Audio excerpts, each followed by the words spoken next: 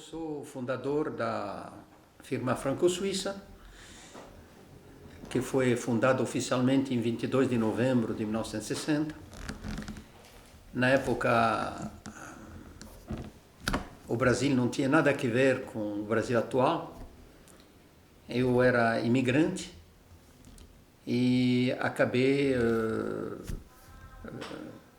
aceitando de viajar como caixeiro viajante na Amazônia durante 12 anos.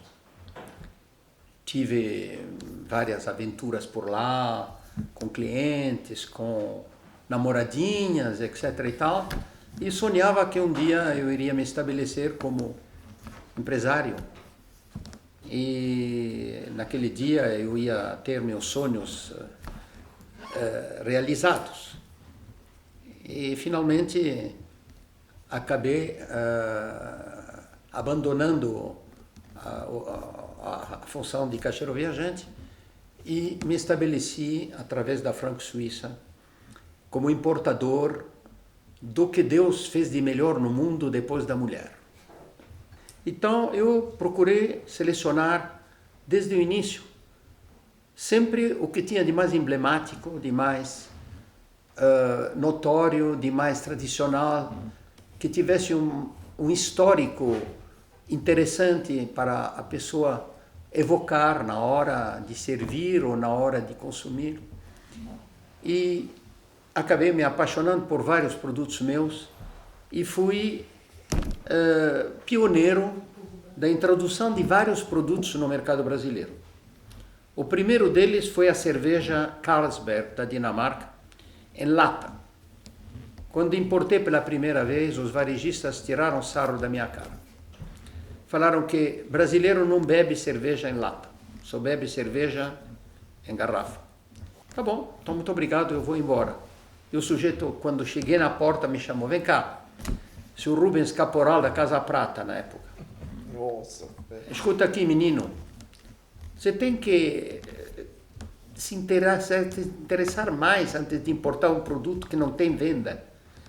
Falei: mas, senhor Rubens, eu sei, eu cometi um erro, o senhor não me leva a mal, mas o senhor não está dando prejuízo. Faz o seguinte, me manda 2 caixas dessa droga aí. Então, no dia seguinte, eu não tinha empregado nem nada, fui lá eu mesmo entregar. Não demorou 5 dias, me ligou: você tem 10 caixas ainda em estoque? 10 caixas eu tenho. Me entrega mais 10 caixas. Enquanto isso, fomos espalhando a cerveja Carlsberg, as 200 caixas duraram 1 mês e meio. E voltei a importar. Era o ano 1967. Em 68, tinha 12 concorrentes contra mim no mercado. Cerveja da Alemanha, da Holanda, da Bélgica. Então, foi mais difícil de vender. E como o mercado era muito promissor, eu comecei a importar quantidades maiores, tipo 1.000 caixas, 1.500 caixas. A Carlsberg resolveu instalar-se no Brasil e abriu uma cervejaria das mais modernas em Camaçari, na Bahia, incentivado pelos incentivos do governo da Bahia da época. E quando eu vi o projeto, achei que eles iriam me nomear como distribuidor dessa cerveja nacional daquela vez. Mas não, eles escolheram uma outra pessoa, que agora não vou citar o nome porque já faleceu, que eles julgavam mais capacitada do que eu para fazer uma divulgação do produto nacional. E finalmente, o que deu é que foi um fracasso que eu previ. Então, eles acabaram fechando essa cervejaria. Isso daqui é um dos primeiros casos da minha vida, mas tive outros que eu, para resumir, preciso de algumas horas, não temos tempo. Eu fui o primeiro importador a importar a champanhe Cristal no Brasil, a mais cara do mercado mundial, durante um período de 34 anos. Eu fui o distribuidor da champanhe Cristal. Eu construí a marca Ruffino, de Chianti, da Toscana. Eu construí o mercado para uma denominação de vinho italiano que era totalmente desconhecida no Brasil. eu percebi que era um vinho que ia vencer, que ia progredir bastante.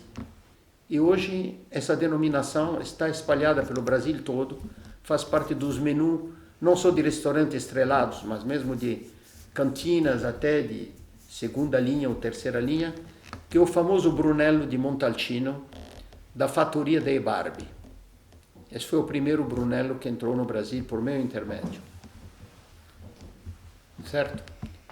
Em matéria de outras bebidas, eu tenho que reconhecer, eu importo uma gama variada de destilados, de vinhos, e ultimamente me interessei em importar vinhos que passaram a ser moda na Europa. E eu me antecipei e fui atrás de produtores de vinhos de castas abandonadas, seja antifilóxera, seja abandonada por motivos financeiros, econômicos, etc., ou de castas extintas.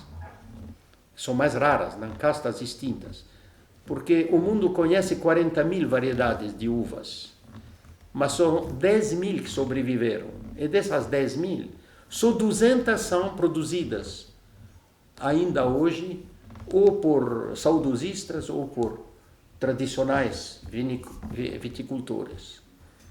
Então eu trouxe vinhos de casta extinta desde o Império Romano. Chama-se Nocera. Ela apareceu numa propriedade de uma representada minha da Sicília, e o produtor não entendia como é que apareceram nessas 2 ou 3 dúzias de pés que faziam uma uva que não tinha nada a ver com o Nero d'Avola, que é a casta mais famosa da Sicília. Ele foi fazer pesquisas em laboratórios em Milano, etc. Durou anos, até que alguém finalmente deu o certificado que essa casta chamava-se Nocera e estava extinta fazia 2.000 anos, desde a época do Império Romano. Não sei se ela extinguiu no ano 1, ou no ano 200, ou 300, ou 400 do Império, enfim, se não é 2.000 anos, será 16 séculos, ou 15, ou seja lá. E ele descobriu uma outra novidade, que essa casta era a preferida de Júlio César. Então ele, como tinha só poucos pés, mesmo tentando ampliar o cultivo dessa vinha, na primeira safra ele produziu só 1.200 garrafas, quer dizer, nada. E começou a ter procura. Então ele ampliou o cultivo e resolveu fazer uma assemblagem. Ele misturou Nero d'Avola com Nocera e chamou esse vinho de Júlio César. É uma coisa que merece ser contada. E bebido. Hã? E bebido o vinho. E bebido também. Pelo menos não se compara com nada conhecido. Não dá para comparar com Syrah, com Merlot, com Cabernet Franc, ou com o famoso Cabernet Sauvignon, ou outras castas. Isso começou a se espalhar junto aos vitivinicultores franceses, espanhóis, portugueses até e italianos. Por exemplo, tem uma curiosidade na Itália.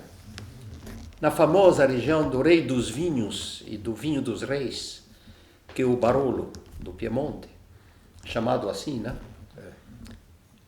Havia uma região onde se cultivava, antes do filóxera, uma casta que foi abandonada faz 150 anos. E um monge resolveu, faz uns 40 anos atrás, replantar essa casta que havia sido abandonada há mais de um século. O nome dela é dificilmente pronunciável. Se escreve de um jeito, se pronuncia de outro. Ela se chama Ruché.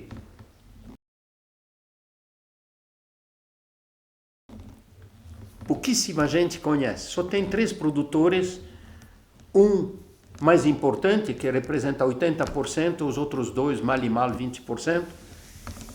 E essa casta lembra muito o próprio Barolo, porque ela faz fronteira com a zona delimitada do Barolo. Então ela tem hoje sua zona delimitada, e essa casta mereceu em menos de 20 anos o DOCG, na regulamentação italiana, que é denominação de origem controlada e garantida. São poucas as denominações com DOCG, a maioria é DOC ou até coisas mais baixas até. Eu fui o primeiro importador dele, eu tenho ele em estoque, inclusive o Ruquet, tenho 2 crus dele. Fora essas castas raras e abandonadas, eu procurei escolher o que tem de mais exótico, de mais raro, para poder oferecer à clientela exigente que temos, pessoas que viajam, que conhecem, que gostam, que consomem. Esses são vinhos que eu, às vezes, brincando, me perguntam, assim, informalmente, Alfredo, você recomenda esse vinho? Você tem meu nome no conta-rótulo? Tem. Então, pode tomar tranquilo. Você pode não gostar, porque às vezes é um vinho muito tânico, muito concentrado, você gosta de vinho mais leve. Isso pode ser que ocorra. Mas eu tenho vinhos para todos os gostos, mas não vinho de R$20 a garrafa. Agora, quando me perguntam, isto é uma maneira meio chula de comentar, se eu recomendaria este vinho. Sim, claro que eu recomendo. Mas ele é bom mesmo no teu sentido? Sim, é um vinho, eu diria, para beber de joelho. Mas, muito bem, então, tudo bem. Vamos ver o resto. Aí tem vinho que aparece lá de 300, de 500 reais. Então, esses também, se é para tomar, beber de joelho? Falou, não, esses daqui são vinhos para tomar na veia.